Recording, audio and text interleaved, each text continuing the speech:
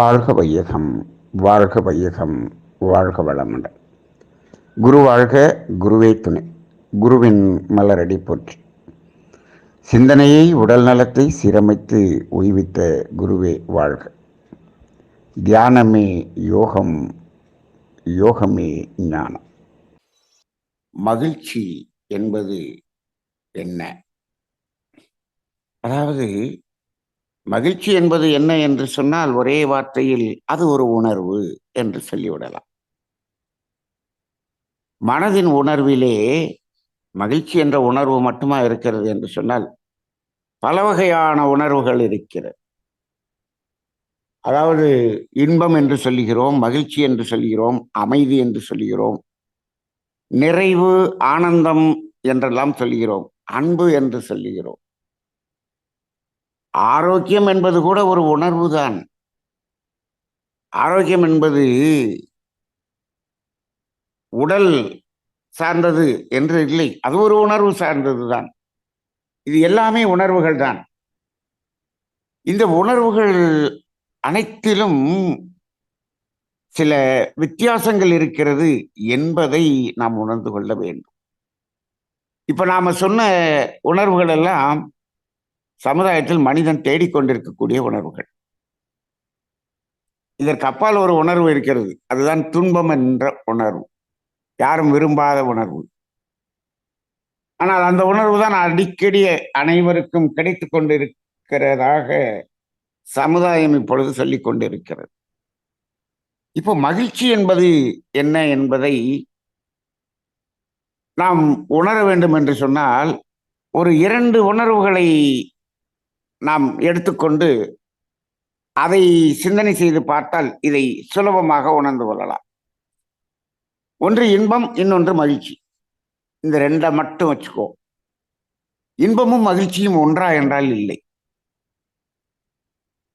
இன்பம் என்பது எப்பொழுது நாம் உணர்கிறோம் என்றால் உடலின் தேவை நிறைவு ஆகும் இடத்தில் நாம் உணர்வது இன்பம்.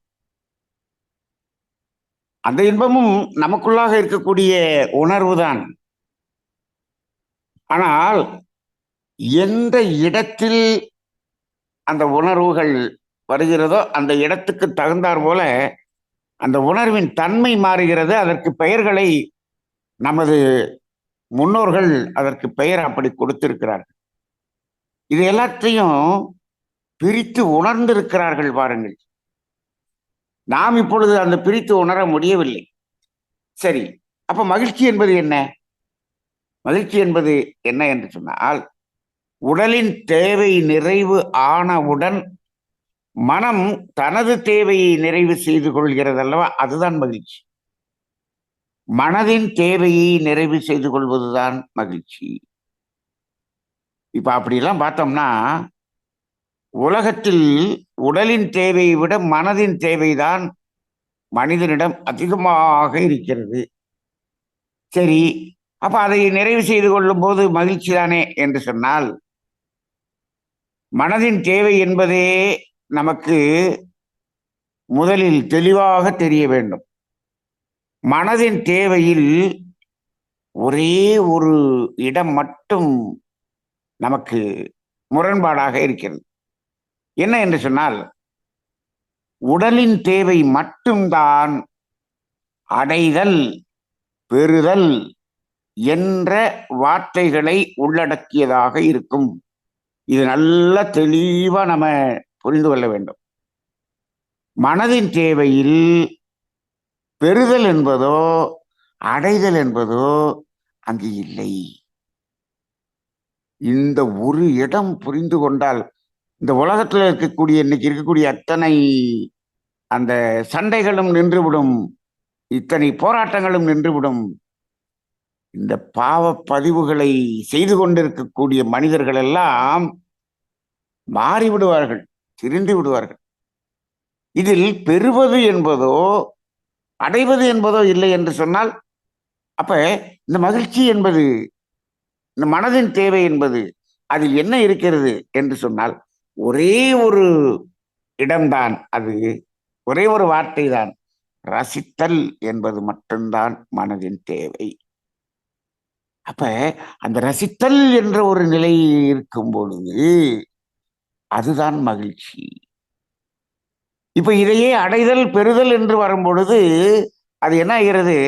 பெறும்போது அடையும் போது ரசிக்கின்றோம், மகிழ்ச்சியாக இருக்கிறது. ஆனால் அதன் பிறகு அது ரசித்தல் என்ற தன்மையிலிருந்து விலகி விடுகிறது. அப்ப என்ன ஆகாதில்ல, மகிழ்ச்சியாக இருக்க முடியவில்லை.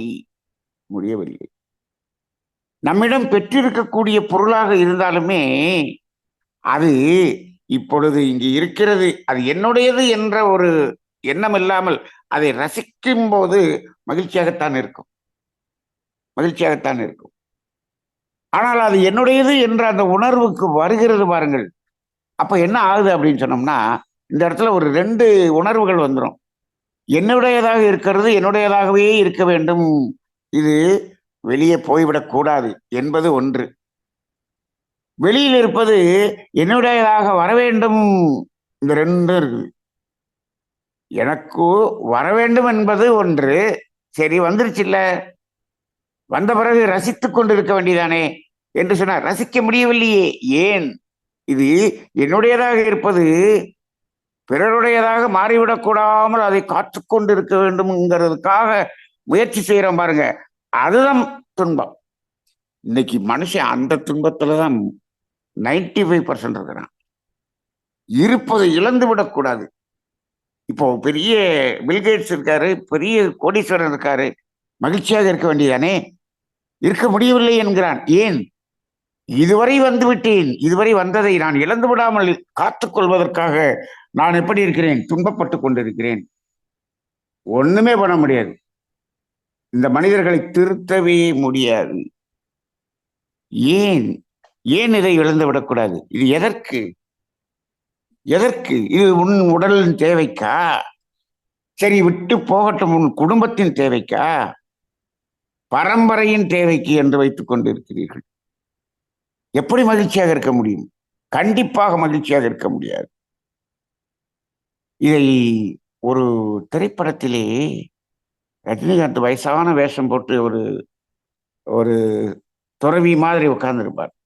அப்போ ஒருத்தர் பண மூட்டையை கொண்டு வந்து வைப்பார். இது என்னதுன்னு கேட்பார். பணம். எதுக்குன்னு கேட்பார். உங்களுக்கு தான் அப்படிம்பார். எனக்கு எதுக்கு பணம் அப்படிம்பார். என்கிட்ட நிறைய பணம் இருக்கு, நிம்மதி இல்லை, மகிழ்ச்சி இல்லை, அமைதி இல்லை, இதெல்லாம் உங்கள்கிட்ட கொடுத்துட்டு அதை பெற்று செல்ல வந்திருக்கிறேன்னு அவர் சொல்லுவார். இது எல்லாத்தையும் நீயே வச்சிருந்தா எப்படிப்பா உனக்கு மகிழ்ச்சி இருக்கும் என்று அவர் சொல்லுவார். அப்ப இது என்னுடையது என்று சொல்வதில் அந்த மகிழ்ச்சி என்பது இருக்காது. ஏன் என்று சொன்னால், என்னுடையது என்ற அந்த உணர்வில் எந்த பொருளை வைத்திருந்தாலும் அதை நீங்கள் ரசிக்க முடியாது. அது வரும்போது ரசிப்பீர்கள், அதன் பிறகு அதில் ரசித்தல் என்பதே இருக்காது. உறவுகளிலும் அப்படித்தான் இருக்கிறது. அப்ப ரசித்தல் என்ற ஒரு நிலைதான் மனதின் தேவை. அந்த ரசித்தலின் போது அங்கு ஒரு அற்புதமான ரகசியம் அதுக்குள்ளாக இருக்கிறது. ஜீவகாந்தம் விரயம் இல்லை. ஜீவகாந்தம் விரயம் இல்லை. உடலின் தேவையை நிறைவு செய்வதற்காக நம்ம பொருளோடு உறவு கொள்ளும் போது ஜீவகாந்த விரயம் இருக்கும். அப்ப அந்த இடத்தில் இன்பம் என்பதை உணரும் போது மீண்டும் அந்த இன்பம் தொடர வேண்டும் என்று நாம் தொடர தொடர தொடர ஜீவகாந்த விரயம். இங்கு ரசித்தலில் ஜீவகாந்தம் விரயம் இல்லை, வரவு இருக்கிறது. ஆக இப்போ இந்த பெறுதல் என்ற ஒரு நிலை வரும் பொழுது நமக்கு ஒரு மகிழ்ச்சி ஏற்படுவது போல் தோன்றுகிறது. ஆனால் யாரிடமிருந்து பெற்றோமோ அவருக்கு இருக்கக்கூடிய துன்பம் இந்த மகிழ்ச்சியை தடை செய்துவிடும். அதனாலதான் அது நிலைத்ததாக இல்லை, நிலைத்ததாக இல்லை. அதே பொருளை பெறுவது என்பதை விட்டு ரசித்தல் என்று பாருங்கள், ரசித்துக் கொண்டே இருக்கலாம். அப்ப மகிழ்ச்சி என்பது ஒரு அற்புதமான உணர்வு. நமக்குள்ளாக அளப்பரிய மகிழ்ச்சி உணர்வு இருந்து கொண்டிருக்கிறது. அதை எப்படி உணர்வது என்பது தெரியவில்லை. மகான்கள் அனைவரும் அத்தனையும் துறந்து விட்டார்கள் என்று சொல்கிறோம். எதுவுமே எனதல்ல என்று சொல்லிவிட்டார்கள். ஆனால் எல்லாவற்றையும் பார்த்து ரசித்து மகிழ்ச்சியாக இருந்து கொண்டிருக்கிறார். இப்பொழுது மகிழ்ச்சி இருக்க வேண்டுமா வேணாம்? மகிழ்ச்சி வேண்டுமா வேணாம்? வேண்டும் என்று சொல்கிறோம். அப்படி என்று சொன்னால் பெறுதல் என்பதை நிறுத்துங்கள், ரசித்தல் என்பதை தொடங்குங்கள். பெற்றதையாவது ரசியுங்கள். நாம் ரசித்துக் கொண்டே இருந்து அதை காக்கவில்லை என்று சொன்னால் அது வெளியே போய்விட்டால் என்ன பண்றது? வெளியே போறதையும் ரசியுங்கள். எப்படி? அதை முடியலையே, ரசிக்க முடியலையே, ரசித்து பாருங்கள். இதைத்தான் நாம் நேற்று ஈகையை பற்றி நிறைய பேசினோம். இப்ப உங்களிடம் இருந்து நீங்கள் என்ன செய்கிறீர்கள்? ஒரு ஈகை கொடுக்கிறீர்கள். ஒருவரது பசியை போக்குவதற்காக நீங்கள் அவர்களுக்கு ஒரு சாப்பாடு வாங்கி கொடுக்கிறீர்கள். உங்களிடமிருந்து 100 ரூபாய்க்கு அதை வாங்கி அவர்களுக்கு கொடுக்கிறீர்கள். அங்கே வெளியே செல்கிறது, உங்களுடையது அங்கே செல்கிறது. அவர் சாப்பிடும் போது அதை ரசிக்க முடிகிறது அல்லவா? இதே போல எது வெளியே சென்றாலும் அது யாருக்கோ பயனாக போகிறது. அப்படி என்று அதை ரசித்து பாருங்கள், ரசித்து பாருங்கள். இப்பொழுது நீங்கள் தேவைக்கு வைத்திருக்கக்கூடிய பொருள் இருக்கட்டும், நாம் உபயோகப்படுத்தாத பொருள்கள் நம்ம வீட்டில் எவ்வளவு இருக்கிறது? பாதிக்கு மேல இருக்கு. இதை யாருக்காவது கொடுத்தால் அவர்கள் உபயோகப்படுத்துவார்கள் அல்லவா? அவர்கள் படுத்தும் பொழுது அது உங்களுக்கு ரசிக்க முடியும் அல்லவா? ரசிக்கணும். நம்மளுடையது இங்கு பயனில்லாமல் இருந்தது, அங்கு பயனாகி கொண்டிருக்கிற ரசிக்க வேண்டும். அப்படி ஒவ்வொன்றிலும் அந்த ரசித்தல் என்ற தன்மை நமக்கு வர வேண்டும். இதற்கு என்ன வேண்டும்? தியானம் செய்தால் வந்து விடுமா என்று கேட்டால், இப்பொழுது இருக்கக்கூடிய சூழ்நிலையில் தியானம் செய்தால் வராது. ஏன் தெரியுமா?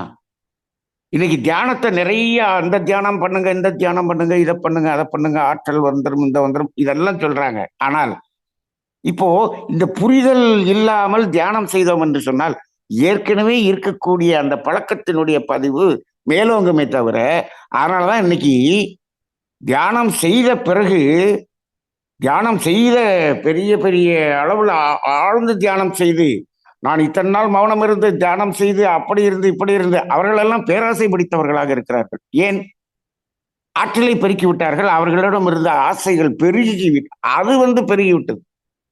அதனால மகரிஷி சொல்லுவாரு, தற்சோதனை இல்லாத தியானம் தவறு என்று சொல்லுவார். முதல்ல இதை புரிதல் வந்த பிறகு அந்த தியானம் செய்தால்தான் சரியாக வரும். அப்ப இந்த புரிதலை சரியாக கொடுக்கவில்லை. இன்று வேதாத்திரியத்தின் தத்துவங்கள், அதில் உள்ள ஆழ்ந்த கருத்துகள், அதில் உள்ளக்கூடிய ஆழ்ந்த ரகசியங்கள் இன்று சொல்லப்படுவதே இல்லை. மேலோட்டமாக இருக்கக்கூடிய அந்த வார்த்தைகள் மட்டும்தான் சொல்லப்படுகிறது. இந்த வார்த்தைகளை மட்டும் சொல்லிவிட்டோம் என்று சொன்னால், அதன் தவம் செய்து கொண்டிருந்தோம் என்று சொன்னால், நாம் இந்த மகிழ்ச்சியை, எது மகிழ்ச்சி? நாம் என்ன சொல்றோம்? ஒரு கார் வாங்கினா மகிழ்ச்சி, வீடு வாங்கினா மகிழ்ச்சி, இது வாங்கினா மகிழ்ச்சி, இப்படின்னு நினைத்து கொண்டிருக்கிறோமே.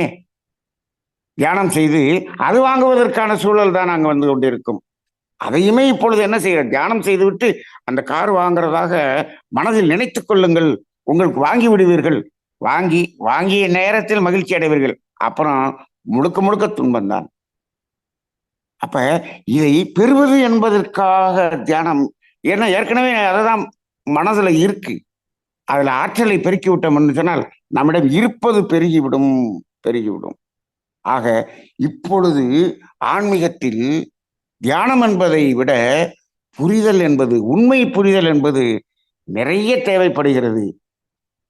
நமது தமிழ் ஆனந்த யோகத்தின் தினம் ஒரு சிந்தனை என்பது பல்வேறு வகையான சிந்தனை ஆழத்தை, ரகசியத்தை வெளிப்படுத்திக் கொண்டிருக்கிறது. இந்த சிந்தனையை அளித்த அனைவருக்கும் தமிழ் ஆனந்த யோகத்துக்கு நன்றிகள். வாழ்க வளமுடன். வாழ்க